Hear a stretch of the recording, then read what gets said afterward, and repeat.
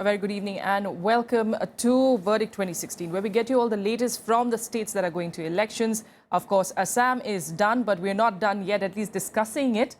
We have a lot that we'll be talking about, at least the second phase today, what took place, what is it that the people have voted for, and of course, West Bengal, the first phase done. We'll keep an eye out, of course, on all developments there, get you a word from our correspondents too.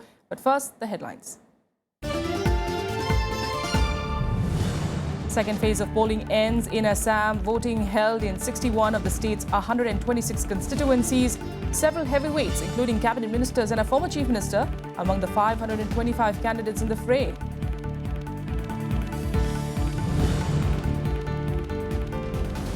Part 2 of the first phase of polling comes to an end in West Bengal. Heavy voter turnout witnessed in 31 constituencies. Triangular contest between the ruling TMC, Congress Left Alliance and the BJP.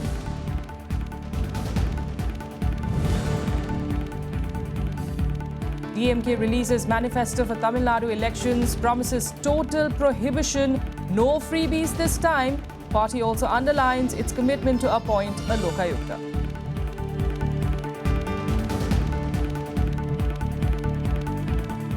But first, let's start with Assam. Over 80% voting was recorded in the state's 61 assembly constituencies, which went to polls in the second and the final phase today, deciding the fate of 525 candidates. And like we pointed out, several heavyweights, including cabinet ministers, a former chief minister, and BJP's Himanta Biswa Sarma's fate was sealed this phase. Let's take a look at how Assam polled in the second phase.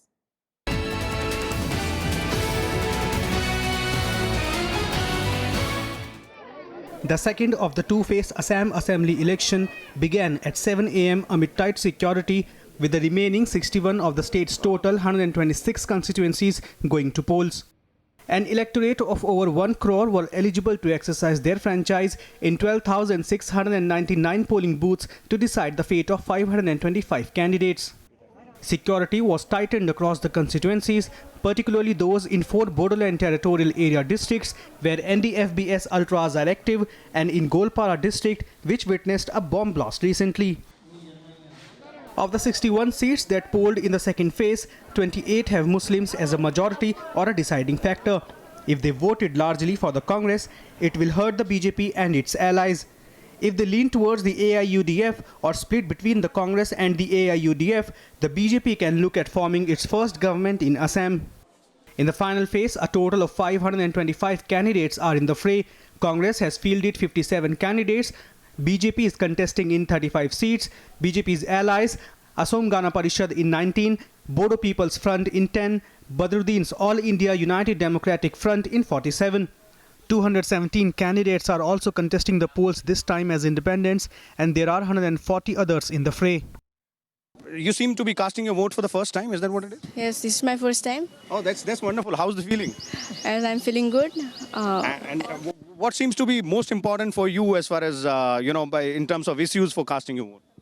For me, changes regarding health and education is more important, and yes, Also job facility for a Yeah. student. It is main thing is job facility.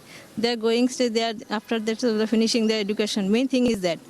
So because of this, the development of all sides are required. Isn't it? So that's clear out here. It seems the basic issues which have always held sway in most of the elections, be it the education, be it the availability of more better health facilities.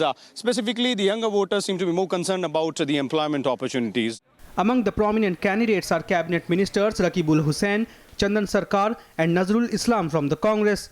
Former two-time chief minister and veteran AGP leader Prafulla Kumar Mahanta, AIUDF chief and Dhubri MP Badruddin Ajmal, and former Congress minister Himanta Biswa Sarma, who is now in the BJP. Would reward the Congress party for the good work it has done for the people of Assam in the last 15 years. कि ये festival ऐसा है सारे जाति धर्म से सबसे ऊपर अपने मुल्क का मैं समझता हूँ एक गणतांत्रिक जो सिस्टम है उसका सबसे बड़ा ईद का दिन है. While the Congress looks forward to retaining power for the 4th successive term, the BJP has called for a parivartan or change to usher in development. Bureau Report, Rajya Sabha TV.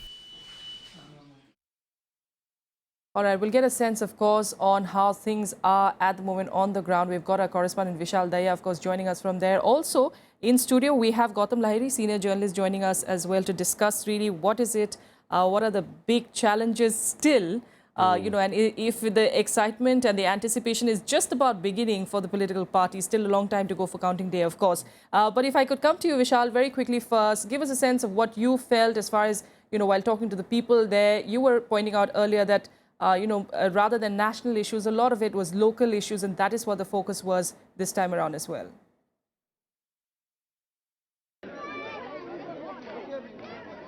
Well, yes, Tracy, but first let me give you the figures which we are getting from the State Election Commission. Just a short while ago, around 5 minutes back, we had a word with the State Election Commission authorities, and we were told that the voter turnout so far is hovering around 82%. And the Election Commission officials say that there are still queues in some areas, in some polling booths. This is likely to go up. Remember, the first phase was 84% when the entire calculation was over. So, in effect, we can hope a similar turnout in this phase as well. This clearly breaks all records in this part of Assam as well, and overall in the state as well. So, it has been a sort of enthusiastic participation by voters. Of all sections, be it male, female, and young voters, specifically youths whom we spoke to. And the issues, Tracy, yes, indeed, the local issues seems to be, holding sway in this particular phase, as well as we witnessed in the first phase of elections in Upper Assam. Though there were, national issues which were being spoken about and which were being rather propelled by the star campaigners of the national parties, as well as senior leaders of other parties as well, talking about national issues. But then when it comes to the ground, when it comes to the voter, and when he stands there in that queue to cast his vote, it is the local issues, specifically with respect to the basic amenities, be it the power supply, the water supply, better infrastructure for electricity, yes, and better infrastructure for education, health. These all are the issues which seems to matter most to the voter once again. As far as youth is concerned, they seem to be more worried about the lack of employment opportunities, yes, and they want specifically those who are casting their votes for the first time we spoke to were more concerned about this particular issue and wanted their elected representative to focus more on ensuring that there are more employment opportunities for the youth in the state itself, yes, in the northeastern region itself, and so that they don't have to travel to other parts of the country, not at least till the time it is completely necessary. So all these issues seems to be weighing very heavily on the minds of the voters out here. Let's hope they did make that right choice. Yes, another issue which played a critical role in many constituencies. Absolutely. All right, Vishal, thanks so much for joining us with those details there, bringing us also up to date with Gautam. The numbers coming in, 82%. You were, of course, pointing out earlier that this is a number that's perhaps going to be rising by the end of the day. We'll be seeing that. Yeah, I think so, because with more the figure, more the report will come trickling down, actually. So ultimately, it may go up. Yes. And so it is definitely a very high percentage of polling. So this, Upper Assam's high percentage polling and this lower part and Boro area, Guwahati, these are the areas where the 61 constituencies are situated. But Assam has a typical, this is the only, firstly I would say, this is the only election which has created a lot of curiosity in the country. Yes. That where is the first time BJP is they are trying to make a hope that they may form a government there. So that has created, being a Prime Minister Modi at the center. Yes. So always, but if you go by the electoral history, even after 1977, with the Congress debacle, when Janata Party government was there, 78 there was a Assam election, but Janata Party could not win. Even in 2001, when Vajpayee was the Prime Minister, that time also a hope was created that BJP might be forming government, but that also didn't happen. Tarun Gogoi came out with the flying colors. Yes. But this is third time it's chance. But this time situation is little different. Yeah. Because BJP is at the center.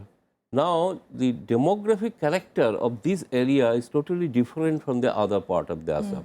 Here largely Assam is the only state where more than 34% is the minority communities, especially Muslims. So they will decide the fate of the candidates. And so, if the high percentage means that everybody is polling with a definite objective, Yes. so somebody definitely tries to change this government, or the other people are definitely trying to save this government. So it is an intense fight, Yeah. no doubt. Yeah. And these areas, you see that where the BJP is contesting less number of seats than the Upper Assam, because they are contesting only in 35. They are Yes. left seats for AGP and to Boro party, Yes. where this a tribal area has a different character, Yeah. totally. Yeah. Where last elections, another factor is about AID, Badruddin Badruddin, yes. Ajmal's AIUDF, which has played a crucial role in the last Lok Sabha poll, also previously the last assembly poll. Yes. This time Congress has no alliance with them. So Yes. if all those minority votes are divided between these two combinations, that is AIDF and Congress, then it will definitely help BJP, no doubt. But All if right. if it consolidates in favor of only one party, that is the Congress, then it's not a good news for BJP. Absolutely. Well, for now, the votes are in. The Yeah. fates are sealed. We'll have to, of course, wait and see Yeah, till next sure. month what eventually the result is going to be. Up ahead, of course, on Verdict 2016, we are going to be heading to West Bengal. The first phase, of course, done. We'll take a look at that in detail, but after this break, stay with us.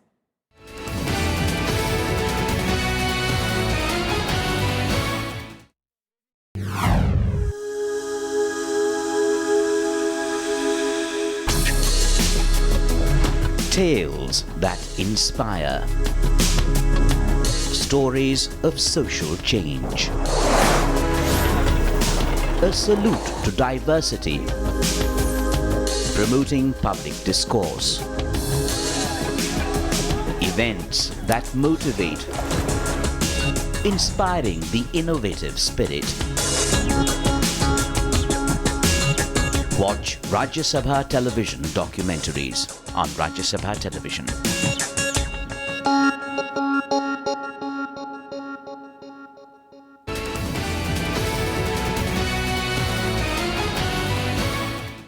Welcome back. Now, talking about West Bengal, heavy voting was seen in the state during the second part of the first phase of the polling in the state. 31 constituencies spread across 3 districts of Purulia, West Midnapur and Bankura went to polls amid tight security. Here are all the details.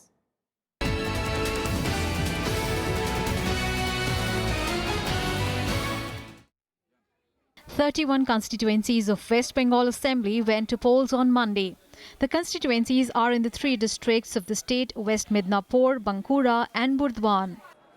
Polling booths opened amid tight security at 7 a.m. A multi-layered security ring was put in place around the constituencies to ensure free and fair polling. Security तो अच्छा है, ठीक है, vote भी ठीक चल रहा है, सब लाइन से है, सब सिक्योरिटी पहले से खड़ा है, हम लोग का ठीक टाइमली एंट्री करने दिया.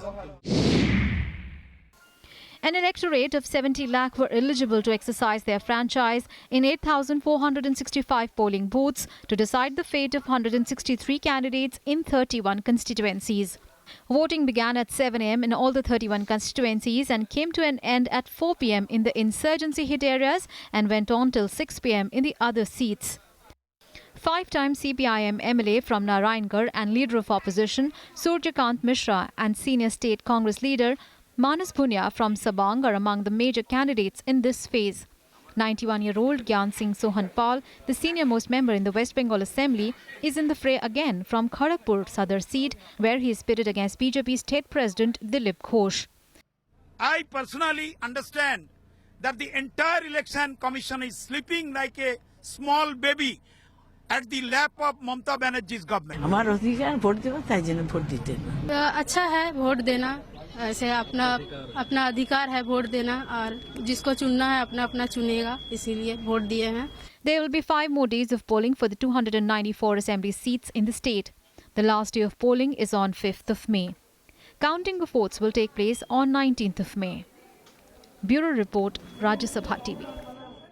Well, senior journalist Gautam Lahiri continues to be with us in studio. Gautam, talking about the West Bengal polls, the first part you were just pointing out, it was quite peaceful. Yeah. But this time around, we are seeing sporadic reports of violence, also some kidnapping as well. What is it about these particular areas? It seems to be between CPM and Trinamool workers. Out of these 31 seats, the many seats are which are in particularly West Midnapur, they are in the Jangalman area, and also part of Bankura and Purulia, where Mamata Banerjee's party is very strong in the southern part of Bengal. So this is an area where Mamata has to maintain her lead, so that she can try to form a government next time. So this is the area she is trying. Perhaps her supporters are trying to get more seats. Okay. And here, because left and the Congress has come together, so they are also trying to capture, or what you say, I don't say that it's a booth capturing, but they are trying to, flexing their muscle also. Yes. This is the first time Trinamool is getting some kind of resistance. So that is why there are some reports of violence. Some crude bombs have been thrown. Yeah. So I don't know the exact percentage of those areas. My feeling is that here voting percentage might be less than the first day of polling. Yes, we did speak to a correspondent, about half an hour back, and he did say that it's coming to about 74 to 75. But by West Bengal standard, it is low, because the first day polling, it was more than 83%. Last report came, it is 84%. So if it is 75%, Bengal generally always cross 80, more than 80%. Yes. People comes for voting. So if it happened, means that there were some definite initiative from some parties to prevent voters to come to the booth. Yeah. And but weather is also played a very, very crucial role, because the temperature was very hot, 45 degree, I am told, in Bankura district. Yes. In some of the area booths, and no voter has come. That I was watching some of the channels. Okay. So in totality, this is the area where so far I think there is a tough contest is going on. Okay. That is why there is some political violence is taking place. All right. And, we were talking about issues, of course, with our correspondents. What are the people voting for this time around? Like we saw in Assam as well, local issues. The previous time around, everybody was voting for Paribartan, everybody was voting for Sonar Bangla. Is that dream still alive? Is that hope still alive? Is that what people are still looking forward to? Yes. The whole election discourse this time was changed because of certain things happened. Yes. And so opposition party is banking on those corruption charges. But Mamata Banerjee's party, particularly Mamata Banerjee, wherever she is going, she is trying to explain what she has done for the last 5 years. Yeah. Like giving 2 rupees kilo rice, giving cycles to the girls students. Yes. Even giving shoes to the primary school students. So this kind of thing she is trying to sell. Okay. So whoever people have got that benefit, definitely they will remember. Basically, people are very poor. There is no other big industry have come up. That's right. So whatever they got, accordingly they will express their opinion in the ballot box. In fact, correspondent Pranav is in Asansol, is what he's reporting from there. Pranav, what's the sense that you're getting there? Of course, at the moment, voting for the first phase is done. And what are the numbers that are coming in as far as percentage is concerned? And what is the kind of anticipation that you're witnessing from among the people?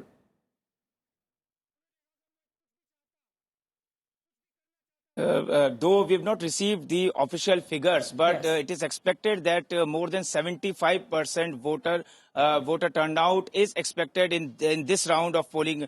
Also, in first round, also it recorded more than 80%. So this is again showing that people are very enthusiastic, and in West Bengal, people always are very aware as far as this democratic, this entire process is concerned. People want to participate in the polling process. But in this round of polling, and in previous round of polling also, we received some sort of complaints from voters that EVM machines were not properly working. In fact, I am standing right now in Asansol's one polling station in BB school. Here also we are seeing that EVM machines are inside, but there are no security personnel over here. Only polling agents are here. So this is also a very serious concern, and this sort of reports are coming from several polling stations. Election Commission also has been receiving complaints, and opposition party is also putting allegations that ruling party is trying to influence the entire voting process. So that's the reason that Election Commission has decided that they'll examine the entire polling process, and if it is needed, then re-polling will be held. And if the voting percentage is more than 90%, or if it is less than 10%, then Election Commission will scrutinize those polling stations. So these are the pictures which are coming from West Bengal. As far as election issues are concerned, we know that in West Bengal, elections are fought on ideological basis. But first time we are saying that corruption is a very prominent issue in this election, apart from the local issues. Absolutely. And, in fact, that is what ruling party our guest TMC here, is claiming Gautam Lahiri, was that, speaking as well, Pranav, that this time around corruption is something that the Mamata government is having to fight very strongly against. We leave it there for the moment, of course, Gautam and Pranav. Thanks so much for joining us really on this stage really at West Bengal is at the moment. Of course, on Verdict 2016, we'll be continuing to track, of course, developments of those multiple phases that we are seeing in West Bengal. Meanwhile, let's head on to Tamil Nadu now, where the DMK has released its manifesto for the Tamil Nadu elections. There are no freebies, but there are big promises, including complete prohibition. Here's a report now from Akhilesh Suman.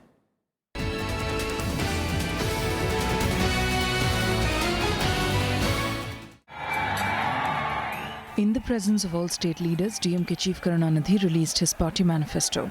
The DMK has promised waiver of all loans to farmers and students, along with a total prohibition of alcohol in the state.